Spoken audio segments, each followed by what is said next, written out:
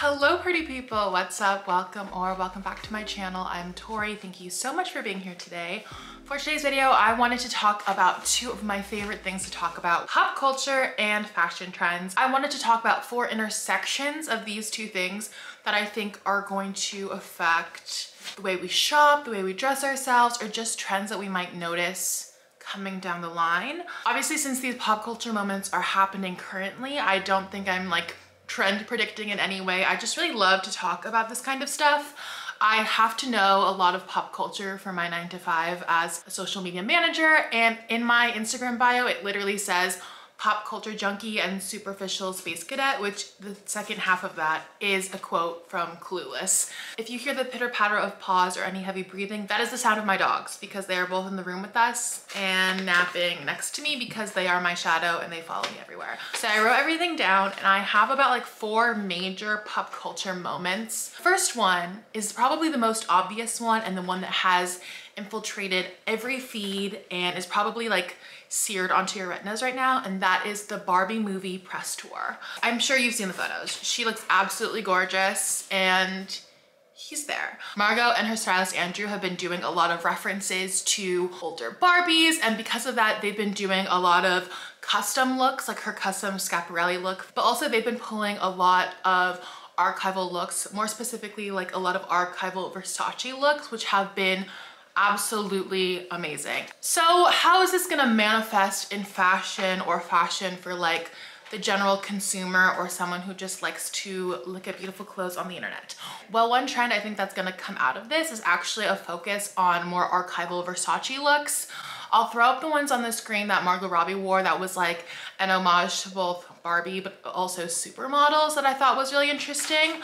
But I think that the focus on archival looks is actually going to mean that archival Versace or like secondhand vintage Versace is going to be something that a lot of people are going to be on the market and on the lookout for. I feel like when it comes to secondhand designer shopping, a lot of the focus has been on like vintage Chanel or like vintage Dior saddlebags. And I feel like we all know Versace's impact. I mean, you've seen how the Versace platform heel has kind of trickled down and made its way into more affordable retailers. But I also feel like newer collections of Versace are also going to make that journey down to more affordable price points. More specifically, the Dua Lipa and Versace collab, I feel like it didn't get a lot of hype as much as I was expecting. Also feel like this is kind of the end of the pink era. I feel like we've been seeing so much pink, especially with Valentino, who's been pushing it out in the past few years, but I think we're gonna start moving towards a different color. I'm not sure what color it is gonna be yet. I know Burberry is really pushing for like the royal blue, and they dressed a lot of celebrities in that color at the Met Gala, but I just feel like we're kind of going away from the color pink. Another thing that I really want to see come out of this pop culture moment is dressing more theatrically, and I kind of mean that for both like actors, but also like generally like us normal people.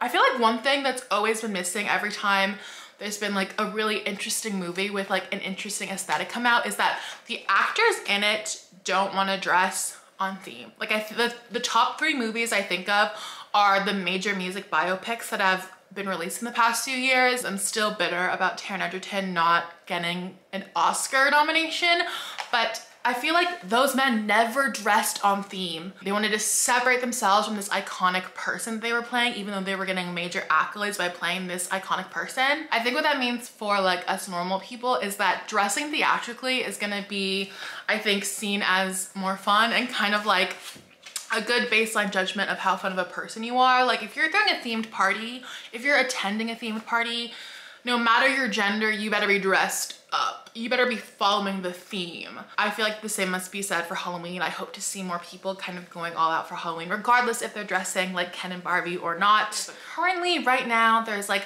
a SAG and a WGA strike happening in America. I don't want to get into like the details of the strike and why these people are striking. There are so many articles to tell you why people are striking and why these industries need this change to happen. That because SAG is striking, one element of like the movie like circuit that we will no longer see is the press conferences and like press circuits and stuff like that. And all of that kind of relates to the next like pop culture fashion crossover moment that I think is gonna happen, and that is the mainstream appreciation for Jonathan Anderson. So in case you don't know who Jonathan Anderson is, he has his namesake label, JW Anderson, and he is also currently the creative director at Loewe.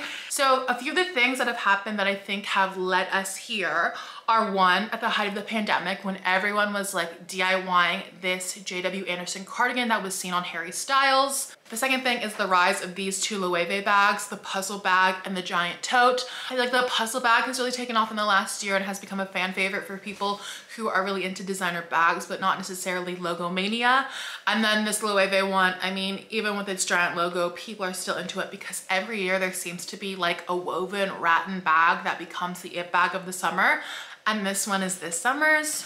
The third thing is the virality of the Loewe accessories and also the collaboration they did with Howl's Moving Castle. For the accessories, I think a lot of like the shoes and the sunglasses, and then obviously the Howl's Moving Castle one had the iconic embellished jacket, which I absolutely adore.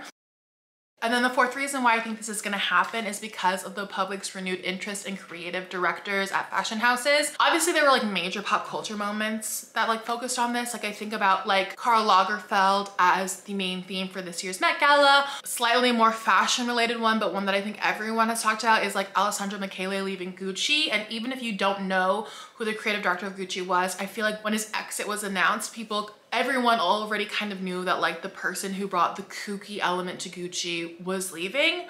I know a lot of like people who are really interested in fashion are also really excited for Phoebe Philo's comeback, and she used to be the creative director of Celine, and people kind of miss that era and kind of like lovingly refer to it as old Celine. And then in like more of like the pop culture way, I feel like we all are pretty aware of celebrities who are also creative directors. Like I think of the Olsen twins at the Row, or Pharrell Williams, who has just taken over for Louis Vuitton Men's after Virgil Abloh's passing. And Virgil Abloh also kind of, I think, really drastically introduced the concept of creative director into the vernacular of like the general public. So these four elements have kind of laid the foundation for this big moment.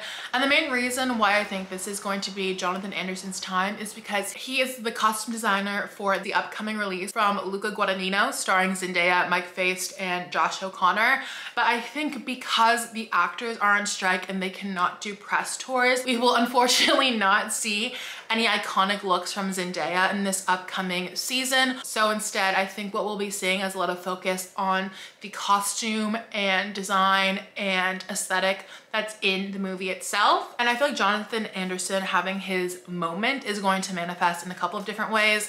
The first way is the most obvious way that we've already been seeing, but I feel like more people are going to be buying Loewe and JW Anderson, and perhaps those will become duped, and we'll get those in like more affordable price points. I feel like the big goggly Loewe sunglasses are like slowly trickling down as well. I personally love the Amazona, but that could just be me because I'm trying to make bowler bags happen, but that one is definitely on my list. I think this will also manifest in potentially more tennis inspired fashion choices. Fashion is always constantly inspired by sport. Some of the biggest trends in fashion right now are being inspired by soccer or football, depending on what region of the world you're in.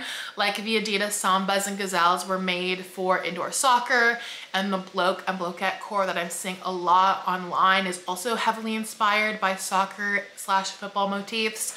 But also I feel like tennis is one of those sports that has always had its claws in fashion. I mean, we all were there for the tennis skirt season a couple years ago. Another way we're gonna be seeing the impact of this moment is just by everyone kind of leaning into finding out who their favorite creative directors are or their favorite like designers are, and you know, kind of just finding ways to lean more into the art and appreciation of fashion. I feel like a lot of people are really sick of like the Amazon storefront vacation of your feed, but I think a lot of people are also sick and tired of making everything a something core or something chic. So I think the people who are sick of that are going to reflect on their own style and also reflect and think, okay, like I love fashion. I love putting beautiful pieces together. Let me find some creative directors or designers who kind of emulate the kind of style and philosophy that I like, which I'm super excited for because I feel like that's what makes fashion so fun, is just having your own point of view and your own take on things.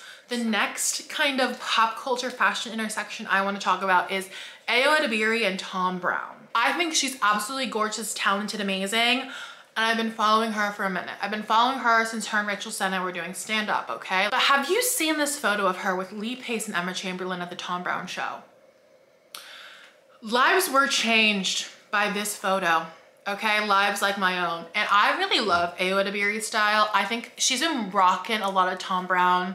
Thom Browne has gotten the kiss of approval from edebiri, who is like traditional Hollywood's it girl, and then Emma Chamberlain, who is like the internet's it girl. So I'm into it. I also loved everyone they dressed this year at the Met Gala, like Olivia Rodrigo and Jenna Ortega. So I'm like, I feel like this might manifest as like two different things. I feel like it might manifest as like Thom Browne, I don't want to say replacing, but also like being another pillar of preppy fashion inspiration. I feel like right now it's like Miu Miu is like one source of inspiration that the girlies who love a different take on preppy fashion love to reference in, like when, you know, when styling a blazer or styling a skirt. But I think Thom Browne won't replace, but will also be on those same mood boards, because let me tell you, Thom Browne is on my mood board for the fall, even though I can't think of the thought of putting on a blazer right now would literally kill me. Also, if you've ever looked at Thom Browne like fashion shows, they also love a kooky little accessory, which kind of reminds me of like the kooky accessories from Loewe. And both of those designers' kooky accessories also remind me of like the Lisa Says Godification of like wearing shellfish and food on a graphic tee, on a dress, on a pair of pants.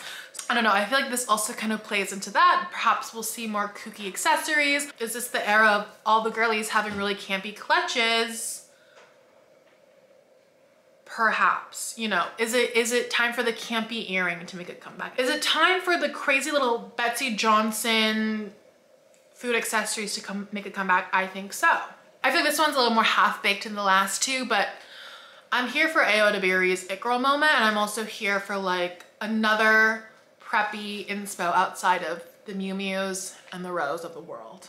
So, speaking of the Row, and speaking of another it girl in Hollywood, the last thing I wanted to talk about is the Jennifer Lawrence resurgence that I have noticed online. Part of me feels like the Jennifer Lawrence resurgence is like linked to the Sophia Richie Grange obsession that everyone had at the beginning of summer. And what I mean is that the people who are really riding for both of these women really love the concept of stealth wealth and dressing rich, which are concepts I personally don't align myself with, but I can appreciate a good outfit. What do I think this love for Jennifer Lawrence and similarly Sophia Grange means for fashion? Well, I feel like it means a couple of different things. One thing, unfortunately, I think it means that the concept of stealth wealth and dressing for a higher income tax bracket and dressing wealthy is unfortunately not going to change. I also think other pop culture moments that kind of brought this into the light are like Succession and the way people were talking about the costume design on that show. So honestly, I kind of hate the concept of like dressing wealthy or stealth wealth dressing, because 99% of the time, the influencers who are making this content are pushing their Amazon storefront on you. They're pushing Zara or other fast fashion labels when like that is essentially against what I think is the ethos of dressing rich. Like people who are wealthy are buying things that are hopefully better quality, are not made in a sweatshop, are not made with like extreme labor mispractices. So the whole concept of that I hate, and I would honestly put it on like a similar bucket as like dressing for your body type, which I think is different than dressing in a flattering way. The concept of dressing for your body type has caused me irreversible brain damage, whereas sometimes I will admit I love to flatter my figure, but I hate to think of my figure in terms of fruit or vegetables. You know what I mean? And at the end of the day, like if what you mean when you say you like dressing stealth wealth or dressing like you're rich is just like dressing without visible logos and dressing minimally. Like, just say that. Like, why do we, I know why we say, you know, dressing wealthy, because you want to clickbait, you want a little search engine optimization. But at the end of the day, I'm like, I feel like it's causing like damage. You know what I mean? That vernacular is causing damage. I also think that what this means is that there's gonna be another resurgence and appreciation for thru and Dior, because Jennifer Lawrence is a spokeswoman for Dior. I feel like that ethos of dressing is just going to unfortunately continue. I hate to say it, but you know what? I love to end on a little hater note, because at the end of the day, I'm a hater in a fun way. That's it for this video. Thank you so much for watching. If I missed any pop culture fashion moments, feel free to leave them down below. Let's discuss in the comments below. If you want to see more of me, feel free to follow me on Instagram or on TikTok. That's it. I'll see you for the next one. Bye.